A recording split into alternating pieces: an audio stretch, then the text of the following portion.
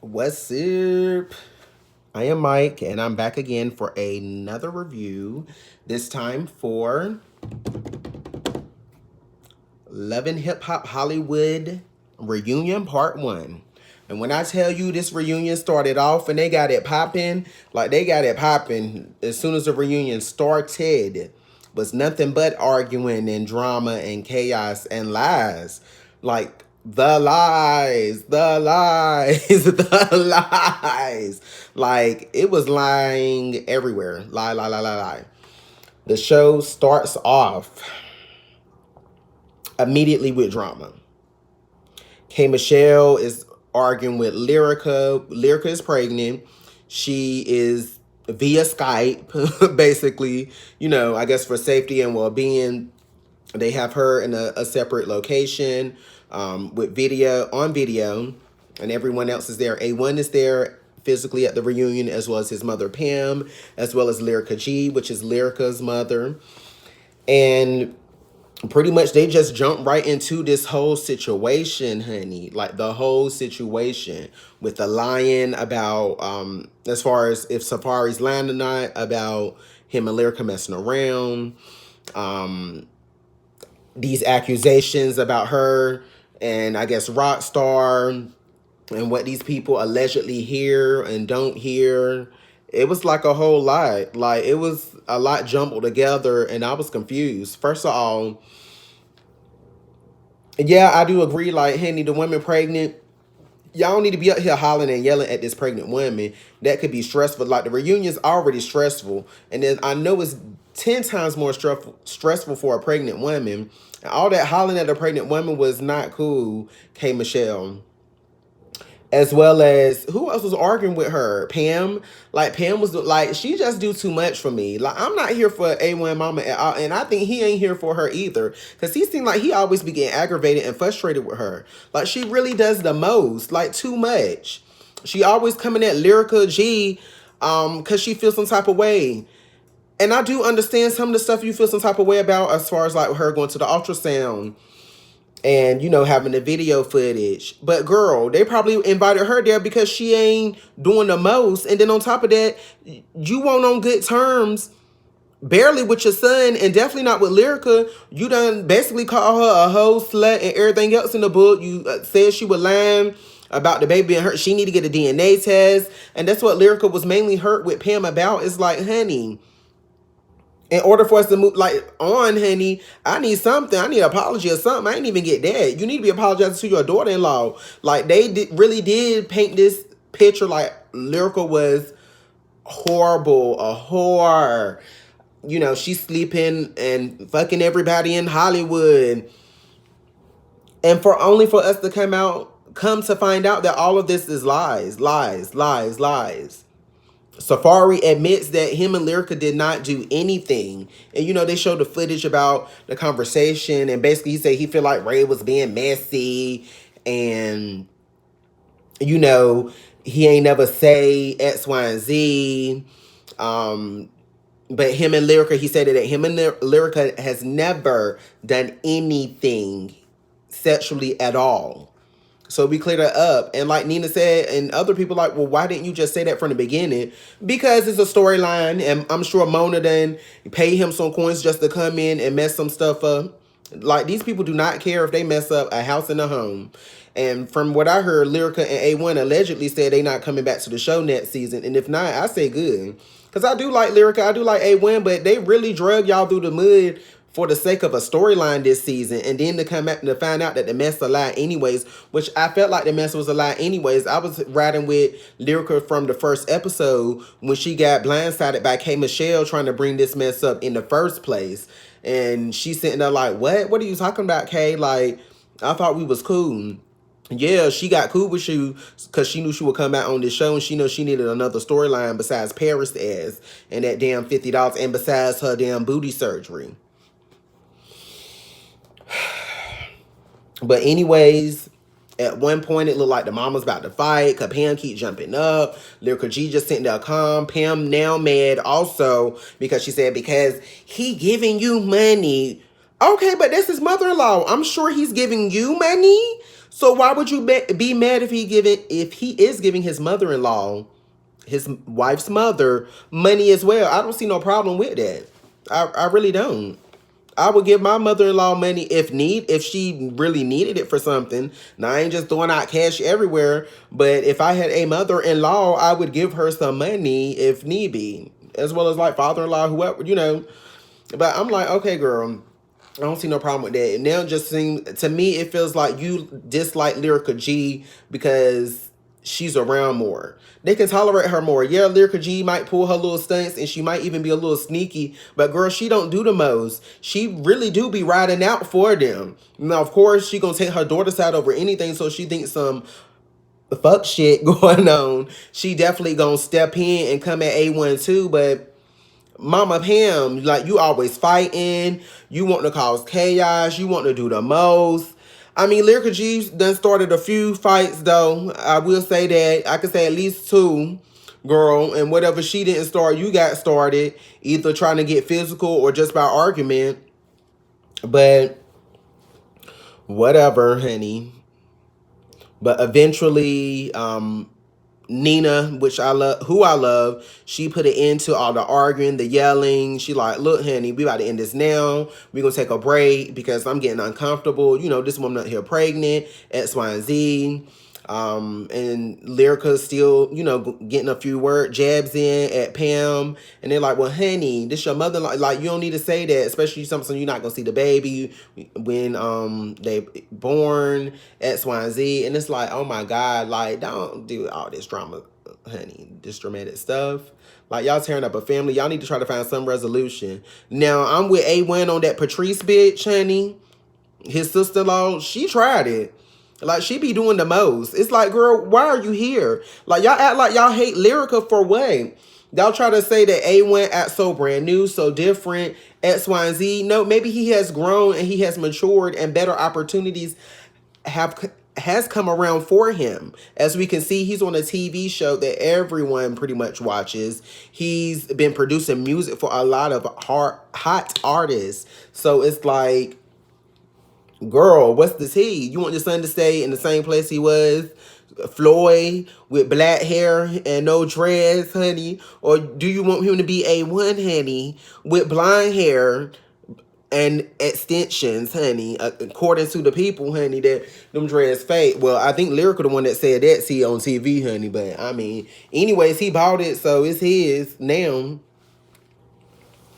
But we go ahead and finish that on, and pretty much the reunion from there, I mean, it was good as far as drama with people arguing, but I mean, of course, it really won't too much because we know the same, basically going up, hashing out the same drama. Of course, it's a reunion, but it's like, whatever. We have Apple and Sean. Apple got her little attitude and keep on and shaking her, rolling her neck, shaking her head, and it's like, girl, what's going on? But I mean, it was a cute scene, funny for the reunion. The Sean girl woman, I'll say that she do seem like she really care about her. Apple said she felt uncomfortable because Sean had a paper basically showing how much money she already done spent on her, $17,000. Apple said she was uncomfortable because she not used to having to wait on somebody, and then of course with paying them back. And she like, you wanted me to start stripping, X, Y, and Z. Like, I ain't making no money, so I'm uncomfortable. Of course, trust issues, which we get into that with her damn false father, honey. This false man that's talking about he already knew he wasn't the father. He was just trying to help her out. Whatever. It was weird as fuck. I'm sorry. It was.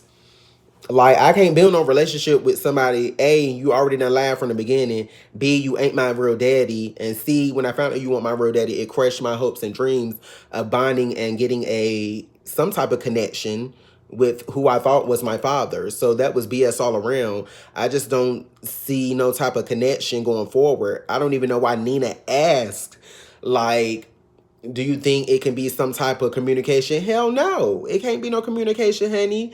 Not now, not never. Like, you tried it to the utmost and I ain't got time for it. Okay?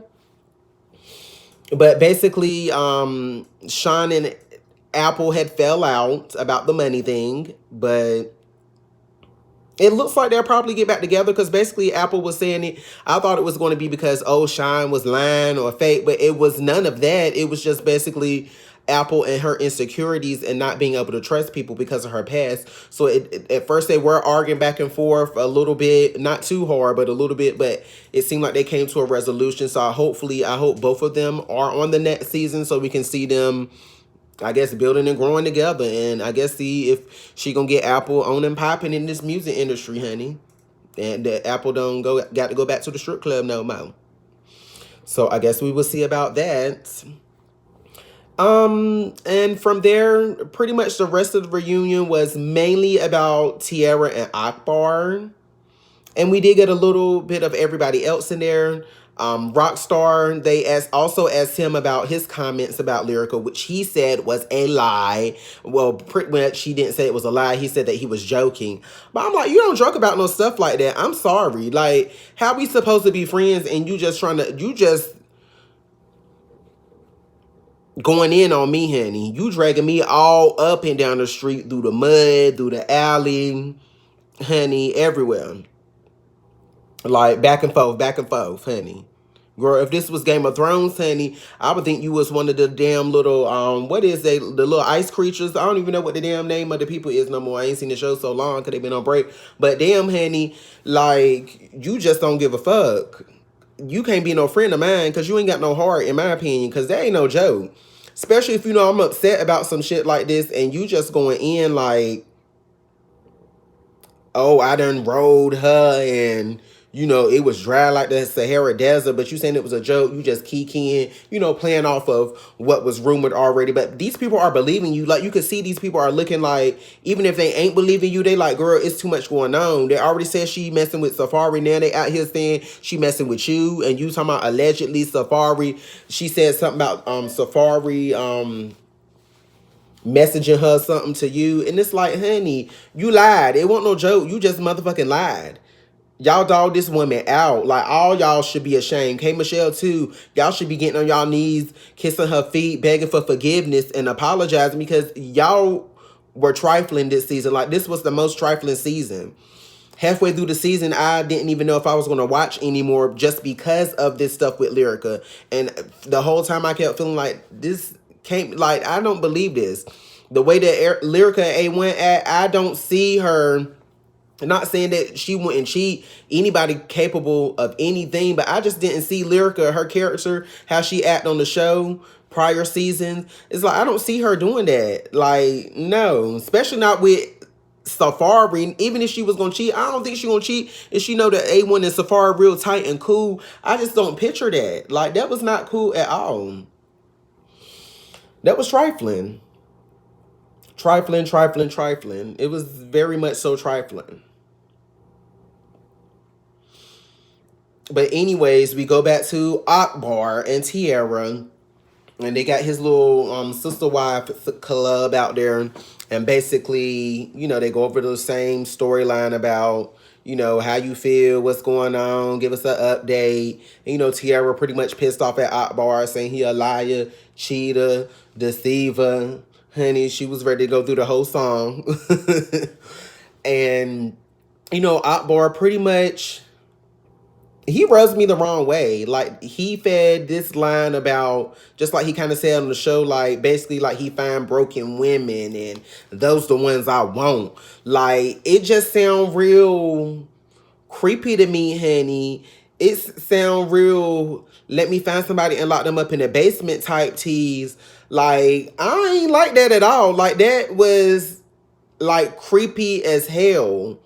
And I felt uncomfortable with the stuff he was saying, like, because he want the women that's broken. He want the ones that people said can't make it, or, that's been through these struggles and been through these issues with men and relationships and emotional. Like, you want a weak woman so you can take advantage of and control them. It's basically because you talking about I'm going to be daddy and confidant. Like, honey. And then, they raised the point, I believe it was Nina, like, okay, well, with these two girls right here, honey, Miss Wife and Side Piece A, it's like, well, is that the same thing that get attracted you to them? And he like, no, they won't like that. So then we sitting here like, well, if those are the ones you want, then why you with them? Like, I'm confused. You saying that ain't the reason that y'all got together, your wife and your side girl, Chung Lee, honey, Kung Fu fighter, Kung Fu, what's his name? Kung Fu Fui or something. That's her, cause she always ready to fight with them sweaty ass underarms. Every time she got on a damn dress, you see a damn big ass sweat spot under there. But I was aggravated, and I was here for Moniece when she was going off, because somebody need to go in on him. Like, he tried it. Like, he really tries it on the regular. And like they said, why would you even try to go after this girl if your girls had an issue with her? Or what's her name? Bridget. Like Bridget said, at least give her the opportunity. You could have presented it to her. And you know what I'm saying? In a certain manner, you didn't even give her that chance. You pretty much just blindsided her, and basically you still ain't tell her because her friends told her. They investigated the bull. And Tiara, you still messy, because I'm still side-eyeing you too, because I believe that it probably was a setup, just like the rest of this season. That probably was a lie too, but I'm going to just let it ride at this point and just go on and say that he done lied and they done put the tape out on you and stuff. But pretty much that's where the show ends at, with the Akbar and Tiara situation, Moniece going off. It looked like somebody ran up. I believe it probably was Moniece. Other than that, I do like as far as the overall show, I like the scene with Jay Will and Lucci, where pretty much, they had an introduction for Jay Will. They showed when he performed as Candy, when he performed as himself. And pretty much, I like that Lucci thought that he was a dope rapper for the most part. From what he heard, he said it sounded good and it made him want to hear more. So that's good. Especially with him being gay, most people like, girl, I ain't worried about them gay folks or them, the word, the F one, that I don't like saying at all. But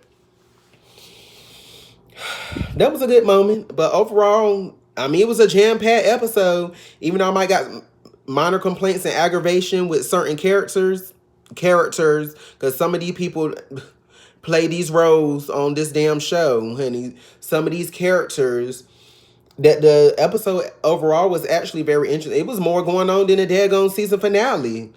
The reunion part 1 got it started and popping, and I feel like part 2 gonna keep it popping, and gonna close us on out before Love and Hip Hop New York come back home.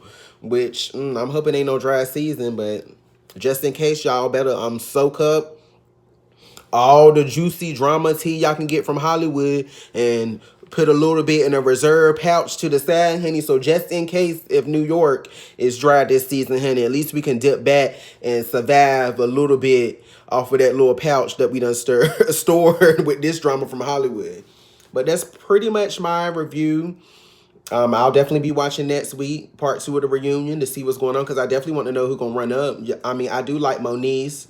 Although this season she tried it a little bit, but I'm just going to get into that on part 2, because it looked like pretty much that's what they're going to be talking about as far as with Moniece and, the whole situation with trying to hit homegirl Princess with the chair, and arguing also, I believe she was arguing with Lyrica too at the beginning of the reunion, because they had to escort her out because K. Michelle left because she was arguing with her. Then they escorted her out. It's like, honey, like, it's not cool, honey, with these pregnant women. Like, Moniece, you usually my girl, but you tried it. But knowing Moniece, the way I feel like I know her as far as through the TV, I feel like she will be able to clear up everything, as far as hopefully do some type of apology. I feel like Moniece is, even though she can get a little crazy, I feel like she is mature enough to get this cleared up and resolved. So that's what I'm hoping for. But that's pretty much it. So thank you again for listening to my review for Love and Hip Hop Hollywood, the reunion part 1. Thank you. Don't forget to subscribe and hit the bell for notifications. Bye.